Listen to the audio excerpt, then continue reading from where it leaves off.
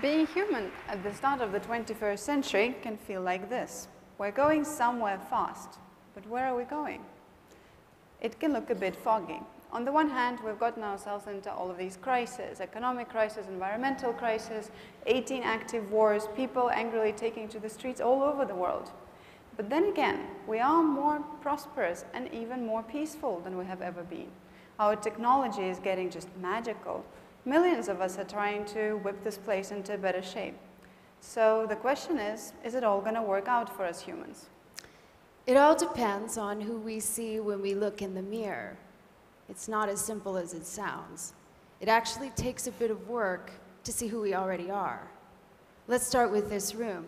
How do we see ourselves? We're into cool new ideas. That's a plus, that's a must, but not enough to cut through the fog. Let's keep going. How about all of us in Dubai? We're dreamers, big dreamers. We're going to need that too, but it's going to take more than that. Let's zoom out. That's a striking picture, still too small. Here, we all live on this planet. We could see ourselves as global citizens. Some say we're interconnected, we're all one. Now, that's a bit fluffy for our taste because it doesn't really tell us what we're about. So we think we can do better than this. Let's see who we are in relationship to everything else. This is deep space. The swirly things are galaxies. Our sun is a tiny dot at the outskirts of one of the galaxies. This makes us humans invisibly small. But then again, in some ways, we're bigger than anything on this picture. So who are we in relationship to everything else? Like everything you see in this picture, we're made of matter. 13.7 billion years ago, all matter, space, and time were compressed into a single hot point, and then it banged. Ever since, things have unfolded in a very orderly fashion, as if it were strictly following a script. Our universe has been expanding, losing heat, and clumping matter into progressively more complex structures. That's how we got our stars and galaxies.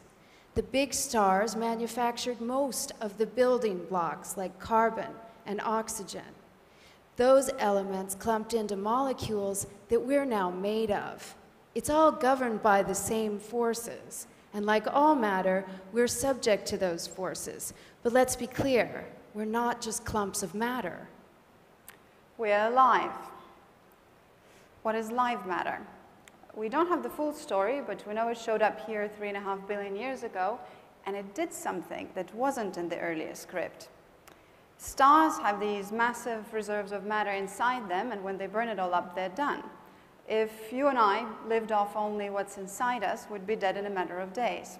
To keep going, life harvests most energy and matter from the outside. What it keeps inside is this: information in its DNA about how to do this.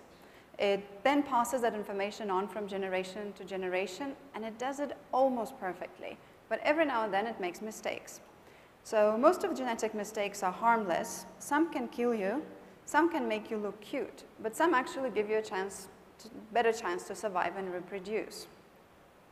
Now give life a few billion years and we get this tree of life branching out in millions of life forms.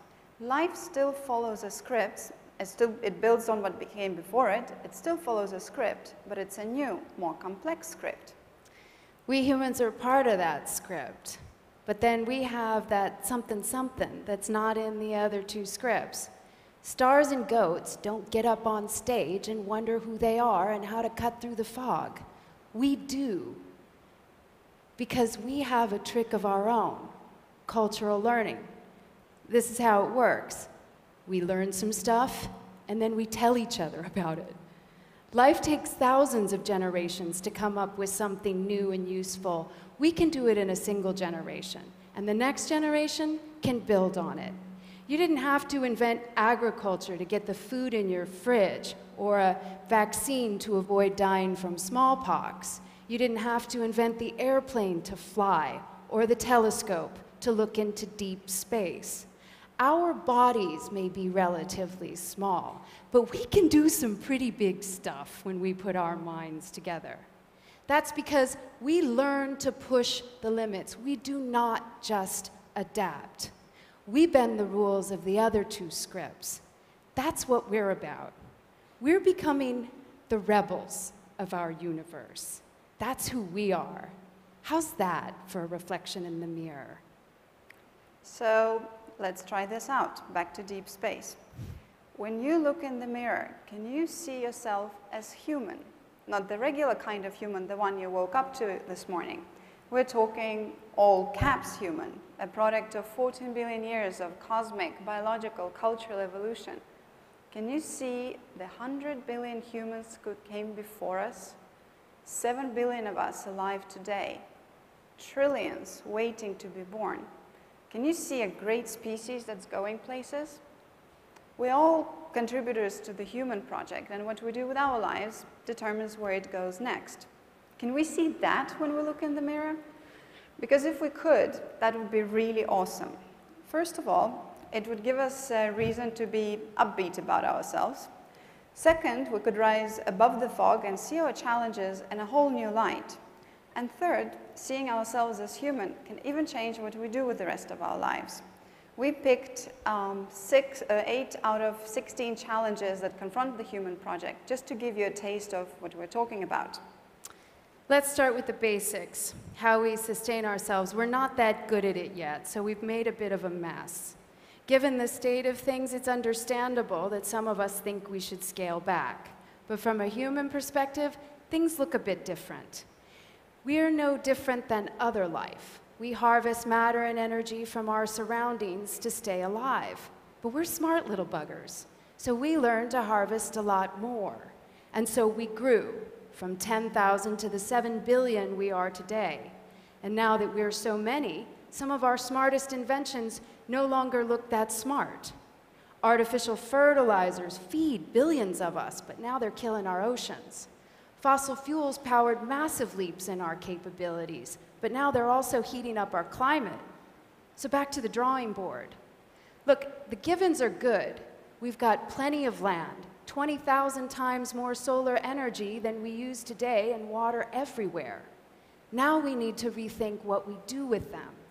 If you're into sustainability, let's push beyond think global, act local.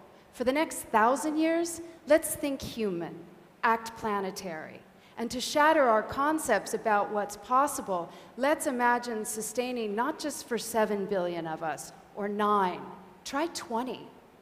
If you're all about energy, how about creating a planetary utility? Should it run on space-based solar or fusion? Previous generations have always made space for more of us. Let's not disappoint the trillions waiting to be born.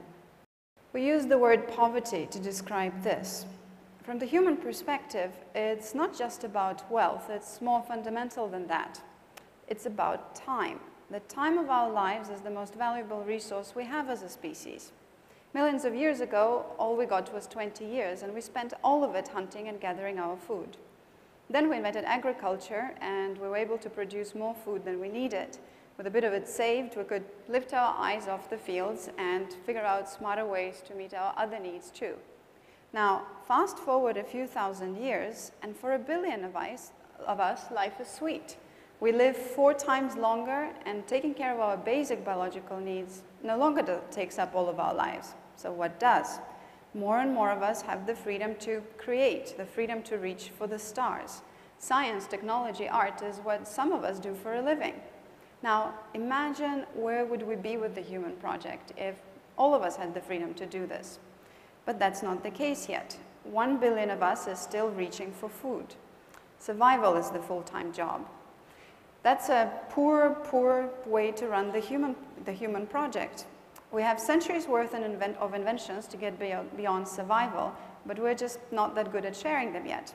We trade, we give local governments money and technology, we run amazing pilots that transform the lives of a few villages, but we struggle to scale these things. So if you're into development, we could use a fundamental rethink here. How about an open development architecture that draws in millions of us? Think Kiva.org meets the Millennium Villages, but scaled to 1 billion. That would be a good way to spend our time. Normally, we think of pushing the edge of science and technology as a solution to our problems.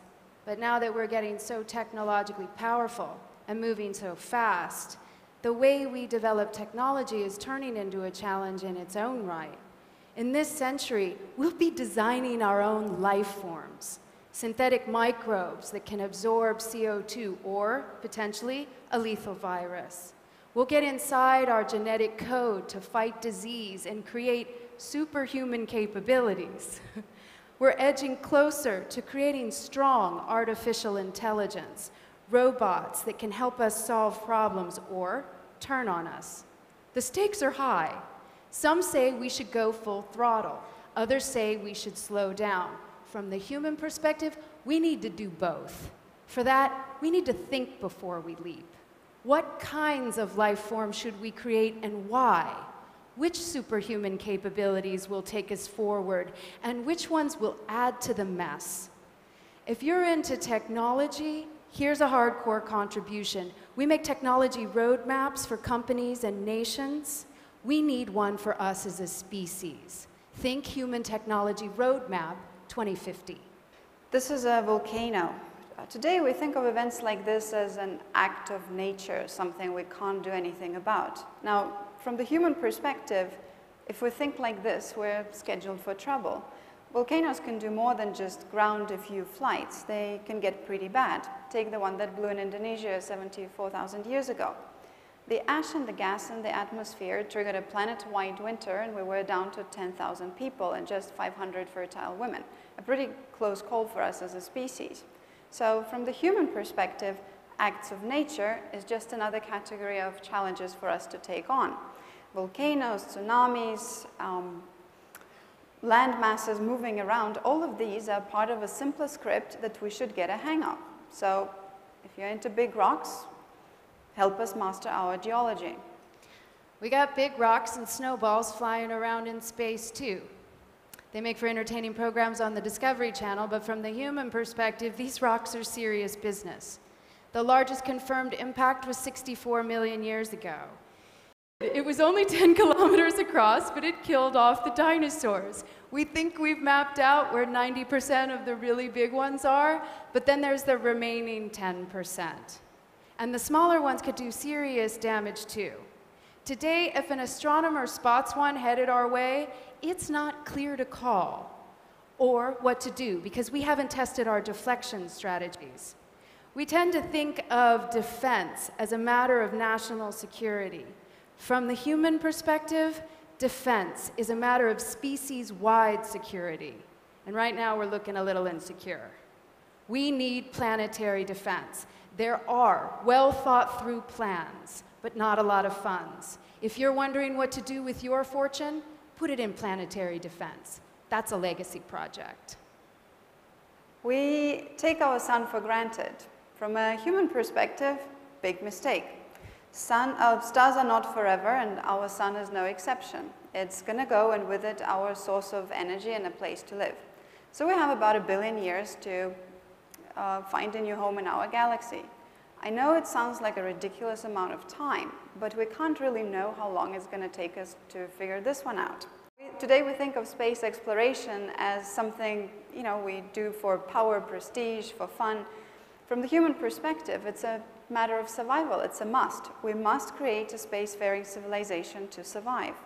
Just to give you a sense, the closest star system is about 4 light years away. With the best technology, or the fastest technology we can now imagine, not create yet, just imagine, it would take 100 years to get there. So we're starting with baby steps. We've landed on the moon. That was a 3-day trip. Our next stop is Mars. It would take around 9 months to get there. We're already working towards building self-sustaining colonies on Mars by 2050. So if you're an adventurer, you can actually take a trip that counts. NASA is looking for volunteers to settle the red planet. It's a one-way ticket, but it's a contribution of a lifetime. Entropy. Most of us don't think about it, but from the human perspective, it's the ultimate universal challenge. The problem seems to be that nothing lasts forever. Not the planets, not the stars, not even black holes. Entropy wears it all down. If you're into Star Wars, think of entropy as the universal equivalent of Darth Vader. This force may be strong, but that's no reason to wimp out. We think that theoretical physics is about satisfying scientific curiosity and science fiction purely entertainment. From the human perspective, both are a matter of survival. When it comes to theoretical physics, there's still so much we don't understand. What's dark energy and dark matter? How many dimensions are there? Is our universe the only one? Answers may yield ideas for how to prevail over entropy. We might learn to manipulate the laws of physics in our own universe, or if there are multiple universes, we might be able to create portals that lead to other ones. Does that sound like science fiction? That's exactly what we need, more minds who can imagine things most of us can't. If you want to be the real Jedis of our galaxy, take up theoretical physics or science fiction. The last one. Let's go after something we're supposed to be good at, cultural learning. It is our trick, but we're still getting a hang of it. How many times have we had to reinvent the wheel because we didn't have access to each other's work, because we lost some knowledge, we've even deliberately destroyed some. But now, with the invention of the internet, we can truly up our learning game. We could learn to learn at the speed of light. Imagine all of us with instant access to an organized knowledge bank and to each other. Imagine easy ways to get up to speed on what's already in the bank and easy ways to join in and contribute. Think maximum learning power. That would be the trick of all tricks. We're not there yet. Our internet is messy. 5 billion of us are not even online yet. So here's an idea. Crowdfund a satellite to brighten up one of the dark spaces on this map. This is a big one. When we learn to learn at the speed of light, we can rock everything else. If we dare to think big about ourselves, to see ourselves as human, we can make things work out for us. We can have a very interesting future, lead interesting lives.